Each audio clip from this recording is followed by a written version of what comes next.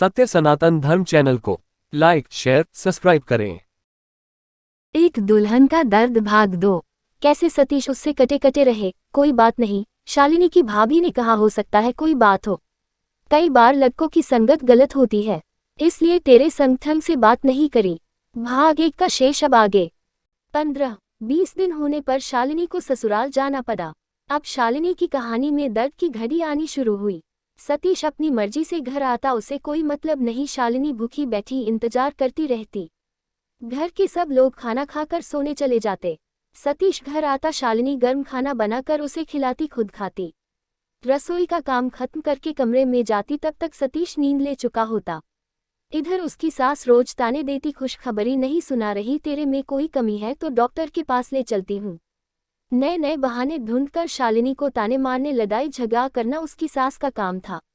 रोज लड़ाई झगड़ा, शालिनी का जीवन दुखों में घिर गया। जैसे तैसे करके सतीश शालिनी से बोलने तो लगा, मगर उसका ध्यान नहीं था शालिनी में, बस जैसे कोई मजबूरी में हो।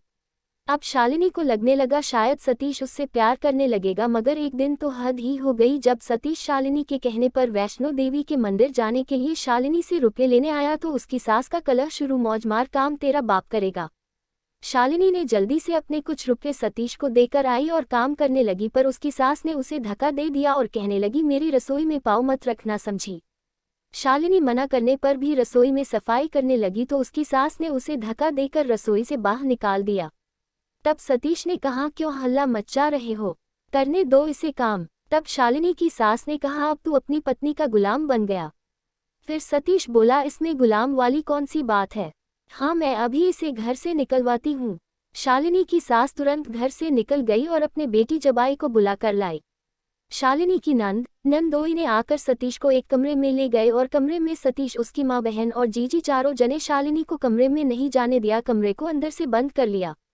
अब शालिनी को तो कुछ भी समझ नहीं आ रहा था कि क्या हो गया। वो मन ही मन बहुत घबरा रही थी। 2 घंटे बाद शालिनी की सास कमरे से बाहर निकल कर आई और शालिनी से बोली, जल्दी से सबके लिए खाना बना दे। अब शालिनी खाना बनाने लगी, खाना बनकर तैयार हो गया, मगर अभी भी सब कमरे के अंदर बैठे थे, कमरा अंदर से बंद था। लगता है कमरे में मीटिंग चल रही है। लगभग 4 घंटे बाद कमरा खुला, अंदर से सब बाहर आए, मगर सतीश बाहर नहीं आया था। शालिनी जल्दी से सबके लिए खाना परोसने लगी। सतीश को उसकी बहन बुलाने गई, तब सतीश आया। सबने खाना खा लिया। शालिनी सबके जूठे बर्तन उठाकर साफ करने रसोई में चली गई। जब वह रसोई का सारा काम खत्म करके सतीश के कपड़े प्रेस करने लगी। जब शालिनी सतीश के कपड़े प्रेस कर रही थी तब सतीश आया और शालिनी को घसीटते हुए बाहर आंगन में ले आया और बोला, उठा अपने कपड़े और जल्दी से पैक कर ले, तुझे तेरे बाप के घर छोड़कर आता हूँ।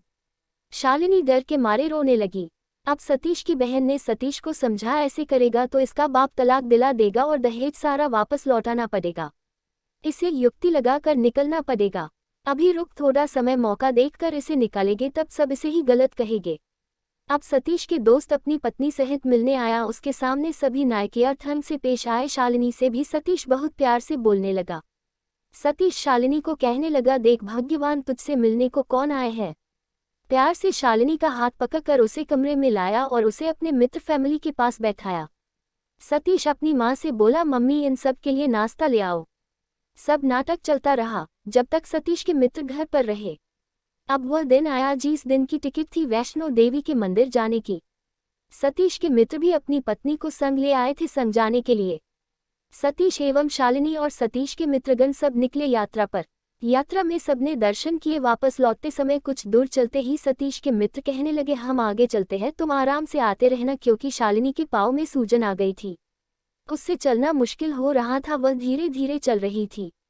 अभी 2-4 कदम ही उसके मित्र चले होंगे, तभी सतीश भी शालिनी को वहां बैठाकर कहने लगा, तुम यहाँ बैठो, मैं अभी आता हूँ, मुझे लग रहा है कि दोस्त को चक्कर आ गया है, उसे संभाल कर आता हूँ, तू कहीं मत जाना, यही बैठी रहना।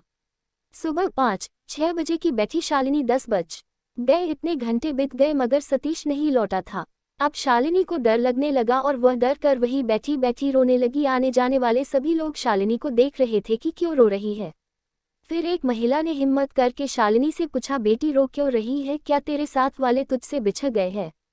शालिनी ने रोते रोते बोला, हाँ मेरे पति मुझे यहाँ बैठा कर गए थे, बोल कर गए थे यही बैठी रहना, कहीं जाना तब से मैं उनके इंतजार में यही बैठी हूँ, पर वो अभी तक लौटे नहीं है और मेरे पास घर वापस जाने के लिए रुपये भी नहीं है। अब मैं कहाँ जाऊँगी? जिस होटल में ठहरे थे उसका पता भी नहीं मालूम। फिर उस महिला ने हिम्मत बंधाई और बोली, बेटी डर मत, यह माता का दरबार है, यहाँ किसी का बुरा नहीं होता।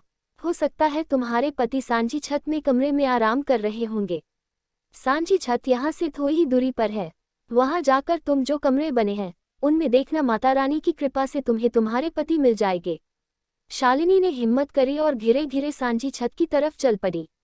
कैसे तैसे करके वह सांझी छत पहुंची। वहां वह थोड़ी देर बैठकर आराम किया और हराने जाने वाले को गौर से देखने लगी, कहीं शायद उसके पति तो नहीं हो इनमें से। कुछ आराम करके वह सांझी छत पर बने सब कमरों में झांक झांक कर देखने लगी, पर उसे ना तो सतीश कहीं दिखा था, ना ही उसकी मित्र फैमिली ही नजर आई थी। अब शालिनी बेचारी रोती रोती आगे चलने लगी और सोचने लगी, अब कहाँ जाओ, घर कैसे पहुंचूं। फिर उसको याद आया, पापा के दिए गहने तो उसने पहन रखे हैं, इन्हें बेचकर घर लौट जाओगी। अब उसको चलते कुछ समय ही हुआ होगा कि उसे एक लड़की जो लगभग 18-20 साल की होगी, वह शालिनी के संग संग चलने लगी। चलते चलते दोनों ने एक दूसरे को देखा और बातें करने लगे। शालिनी ने उससे पूछा, तुम अकेले कैसे आई, तुम्हारे संग और कोई नहीं? तब वह लड़की बोली है, ना, मेरा सारा परिवार है मेरे संग। शेष अगले भाग में।